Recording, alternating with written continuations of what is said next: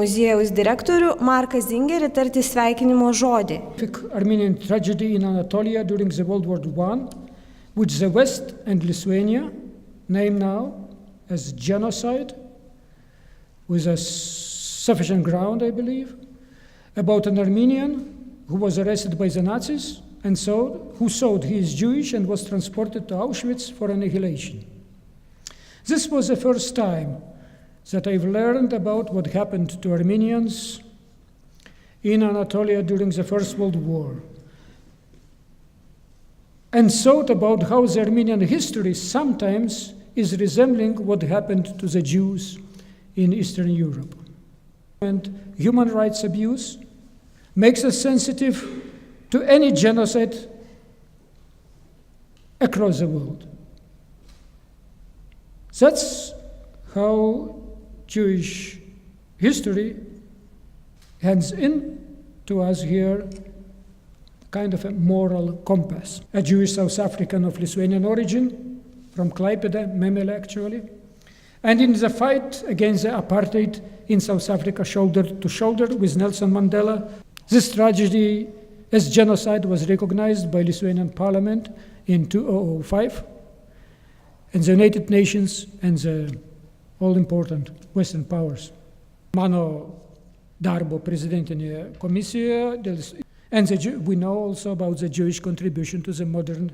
Excellencies, ladies and gentlemen, today in cooperation with Vilna Gaon State Jewish Museum, we have organized an event dedicated to the 103rd anniversary of the Armenian Genocide Remembrance Day, April 24th.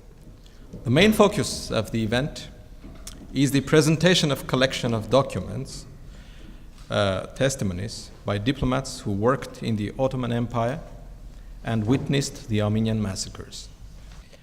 Today, the collection of documents and the historiographical background of the Armenian genocide research will be presented by Dr. Umit Kurt from Turkey, a erstwhile research fellow from Harvard University, who is currently a Polonsky Fellow in Van Leeuwen Institute in Jerusalem.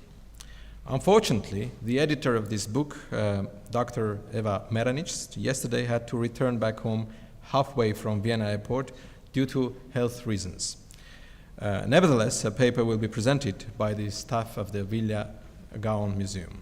The book is a collection of diplomatic reports by ambassadors or consuls from 11 countries, including the Ottoman Empire's allies, Austria-Hungary, Bulgaria and Germany, as well as neutral powers, states, and Entente powers.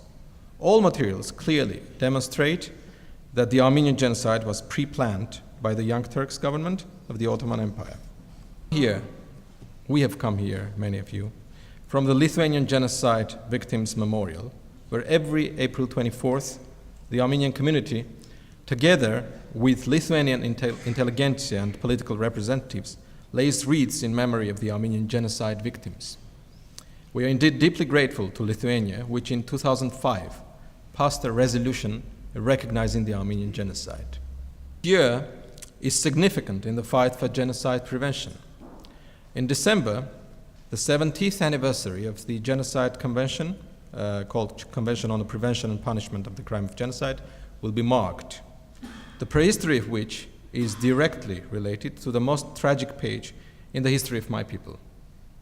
Raphael Lemkin, who coined the term genocide itself, referred to the very policy of mass extermination perpetrated against Armenians.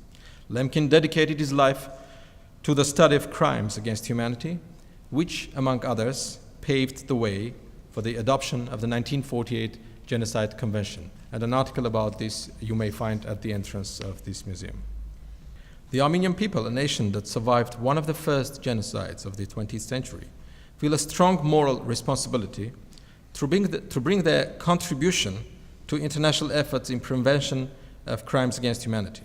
So in 2013, 2015, and 2018, just a few weeks ago, Armenia initiated in the UN Human Rights Council resolutions on genocide prevention, in which endeavors Lithuania was a co-sponsor and which passed by consensus.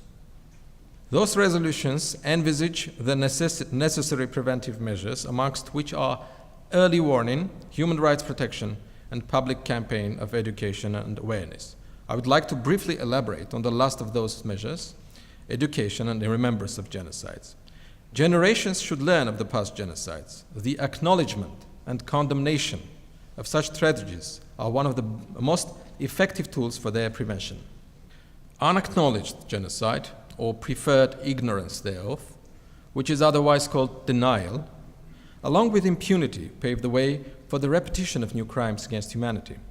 Regardless of geopolitical or other interests, the international community should stand together in the recognition, condemnation, and punishment of past crimes against humanity in their efforts towards its prevention in the future. The Remembrance Days of the victims of genocides, Metziager, as we call our case, Shoah, Remembrance Days of Cambodia, Rwanda, Darfur, and other genocides should be days of mourning, not only for the descendants of victims, but for the descendants of the perpetrators. These days should be approached with willingness to move towards recognition and reconciliation. True reconciliation does not mean forgetting the past or feeding the younger generation tales of denial. I should add here that Armenian genocide is marked along with the Greek and Assyrian genocides, which happened simultaneously in the same territory. The civilized world resolutely rejects the incitement of hatred, racism, dissemination of intolerance, the denial of genocide, crimes against humanity under the guise of freedom of expression. The prevailing opinion of the international genocide scholars is that the denial itself is a continuation of genocide, or rather the last stage of genocide. One of the most interesting aspects of this book is that we see here both allies and enemies of the Ottoman Empire clearly understanding the purpose of the Young Turks in masterminding policy of extermination of Armenians. For example, Max Erwin von Schoebner-Richter was the German vice consul in Erzurum in 1915. There are two reports by Schoebner-Richter in this book, the conclusion of which is that the deportations of Armenians in 1915 were a policy of their, and I quote, total annihilation of Turkey, end of quote. Of all documents included in this book, I would like to draw your attention to the May 24th, 1915 joint statement by Great Britain, France, and Russia on the Armenian deportations and massacres in the Ottoman Empire, declaring that the Turkish government should be held responsible for the crime against Armenians. This was one of the first occasions of the use of the term crime against humanity on an international level, leading to its elaboration as an inherent concept of the contemporary international legal system. After the initial presentations of this event, we'll have the opportunity to watch a brief documentary called Blue Book, Evidence of Armenian Genocide, made by Ballista, a very well-known British documentary makers, and presented by one of the best-known historical documentary presenters in the UK, Dr. Dan Snow. I would like to thank all of you for participation in this event. I want to thank especially Mr. Markas Zingeris for his readiness to cooperate in this project and embrace this project, and his excellent staff and highly professional team for the work. It's actually the first case so far that I'm in Lithuania that I feel jealous of such a staff. I would like to thank Dr. Umit Kurt for his presence and his upcoming presentations, as well as wish Dr. Eva Merenic a quick recovery. Of course, big thanks goes to the Vilnius Armenian community, its leader, Mr. Tunyan, who have supported the air travel of our guests. And I should also underline that I have, since the first day I have been here, I have always felt the continued support of the Vilnius Lithuanian Armenian community here, and which is a great privilege, of course. Thank you all for coming here today and being with us on this very important and solemn day for the Armenians. Thanks a lot. Ignoravimas genocido tai yra toleravimas melo.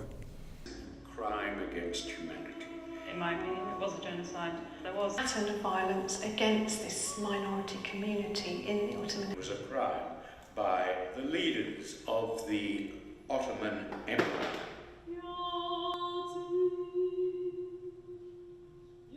The British government, if there was a central directive telling them what to do, the British government's reasons for having marked in Turkey. Looking at the Blue Book today, names of the witnesses have been redacted. Now, Toynbee obviously had his reasons for who were still working in Turkey and could themselves have been killed in reprisal had it been known they were publishing this in Britain.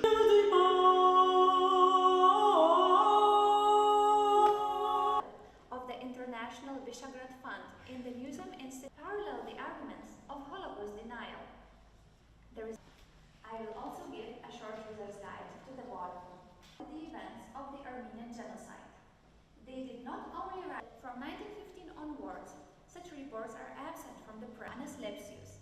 Another example is Armin Wagner's records that do not confirm that they served wartime propaganda, being a belligerent party on either side of the armed conflict.